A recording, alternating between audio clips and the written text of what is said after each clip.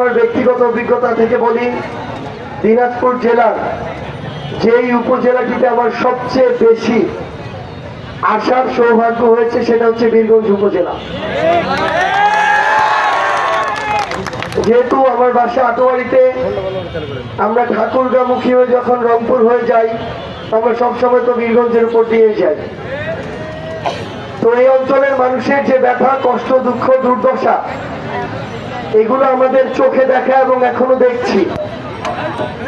সেই জায়গা থেকেই কোনো রাজনৈতিক বক্তব্য বা আলাপ নয়, কোনো জনসমাবেশ নয়, আমরা আমাদের এলাকার যারা পরিবারের সদস্য আছি, আমরা এখানে একটা পরিবার, আমাদের কিছু খোলামেলা আলাপ হওয়া প্রয়োজন। এই উত্তরবঙ্গের মানুষের সামনে অনেক মূলা ঝুলানো হয়েছে এবং ওই বগুড়া থেকে যত উত্তরে এসেছে মূলার সংখ্যা তত বেড়েছে। আমরা 16 বছরে দেখেছি, আগামীতে আর দেখতে চাই না। কিছু সোজা সাপটা আলাপ হইতে হবে। আমরা দিনাজপুর জেলা এখন পর্যন্ত 9টা উপজেলায় গিয়েছি, 13টা উপজেলা আজকের মধ্যে শেষ করব।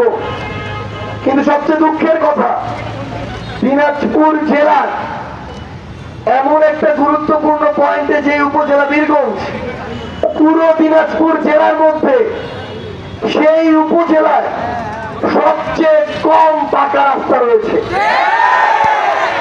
এলজিডির রাস্তার যে হিসাব, 100%-এর মধ্যে আপনার বীরগঞ্জ উপজেলার মাত্র 17% রাস্তা পাকা। তাহলে এই যে হাসিনা এতদিন ধরে আপনাদেরকে উন্নয়নের জোয়ারে ভাসালো, এই উন্নয়নের জোয়ারে বাকি 83% রাস্তা কাঁচা হয়ে গিয়েছে। আমরা আর এই জোয়ারে ভাসতে চাই না। আগামীর বাংলাদেশে আমরা যেই পথ ধরে চলবো, আমার গ্রাম থেকে বের হয়ে ইউনিয়নে যাব, ইউনিয়ন থেকে উপজেলা, উপজেলা থেকে জেলায়, এই প্রধান রাস্তাগুলো আমরা পাকা রাস্তা হিসেবে চাই। আমরা জাতীয় নাগরিক পার্টি এনসিপি আত্মপ্রকাশের এখনো 6 মাস হয়নি। আমরা আমাদের জায়গা থেকে মনে করি জনগণ আমাদেরকে তাদের প্রতিনিধি করবে কি করবে না এটা পরের বিষয়। আগে আমাদের জনগণের কাছে যেতে হবে, রাস্তাঘাটে চলতে হবে, মাঠ পর্যায়ে দেখতে হবে, বাজারগুলোর অবস্থা দেখতে হবে, বীরগঞ্জের কোথায় মাদকের সিন্ডিকেট চলে সেটা দেখতে হবে, বীরগঞ্জের স্বাস্থ্য কমপ্লেক্সে খালি একটা বিল্ডিং আছে না ডাক্তার আছে এটাও দেখতে হবে। আমাদের দেখতে হবে থানাগুলোতে ভালো পুলিশ সদস্যের পাশাপাশি এমন পুলিশ সদস্য আছে কিনা যে কথা বলার আগে টাকার জন্য হাত বাড়িয়ে দেয়।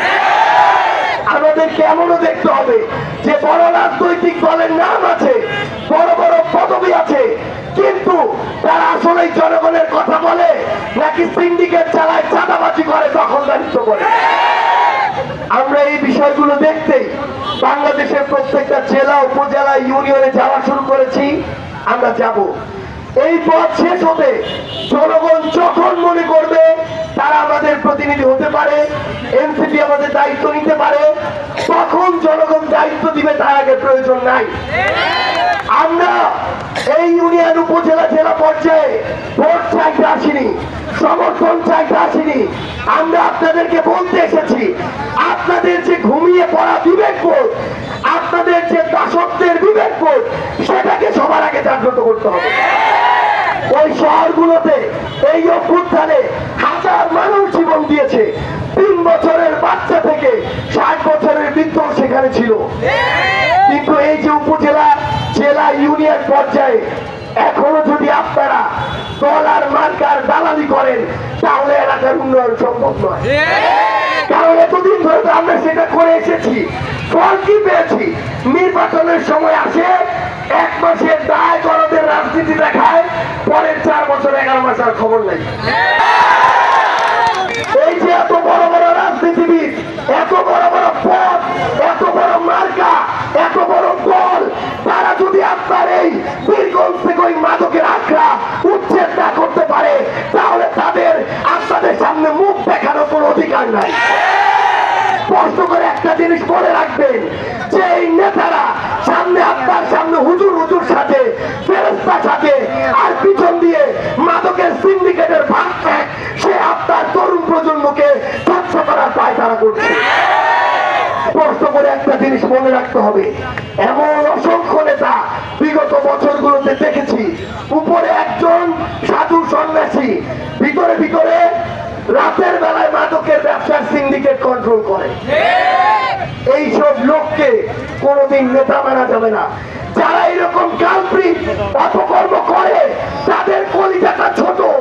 আপনারা যদি 100 জন মিলে তাদের প্রতিবাদ করে, তারা মাথা নিচু করে পিছন দিক দিয়ে পালিয়ে যাবে। খুনি হাসিনার চেয়ে বড় শক্তিশালী কি বীরগঞ্জে কেউ আছে? খুনি হাসিনা দেশ ছেড়ে পালায় নাই? নেতা কর্মী যা ছিল সবগুলোকে এতিম করে রেখে পালায় নাই? তাহলে আপনার এই উপজেলায় এর চেয়ে বড় ফেরাউন এখনো তৈরি হয় নাই। আপনারা এই তরুণ প্রজন্ম একসাথে এইসব সকল ভণ্ড নেতার বিরুদ্ধে যতদিন না দাঁড়াবেন, ততদিন এই বীরগঞ্জের ভাগ্যের পরিবর্তন হবে না। কত বড় বড় স্বপ্ন আপনাদের এই জায়গায়, কত বড় বড় নেতা, অথচ আমরা দেখি বীরগঞ্জ থেকে খানসামার যে আপনাদের এই ছিল এতদিন ধরে অবস্থা, আপনাদের এই জায়গায় সে কমিটমেন্ট দেওয়া হয়েছে, বাজেট এসেছে, বাজেট খেয়ে নিয়েছে, ব্রিজ আর হয় নাই।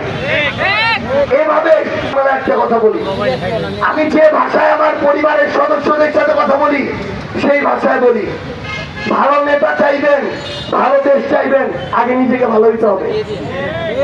খারাপকে যদি খারাপ না বলতে পারি, আপনার যেই নেতা চাঁদাবাজি করে, যেই নেতা আপনার উপরে ক্ষমতার অপব্যবহার করে, তাকে যদি আমি খারাপ না বলতে পারি,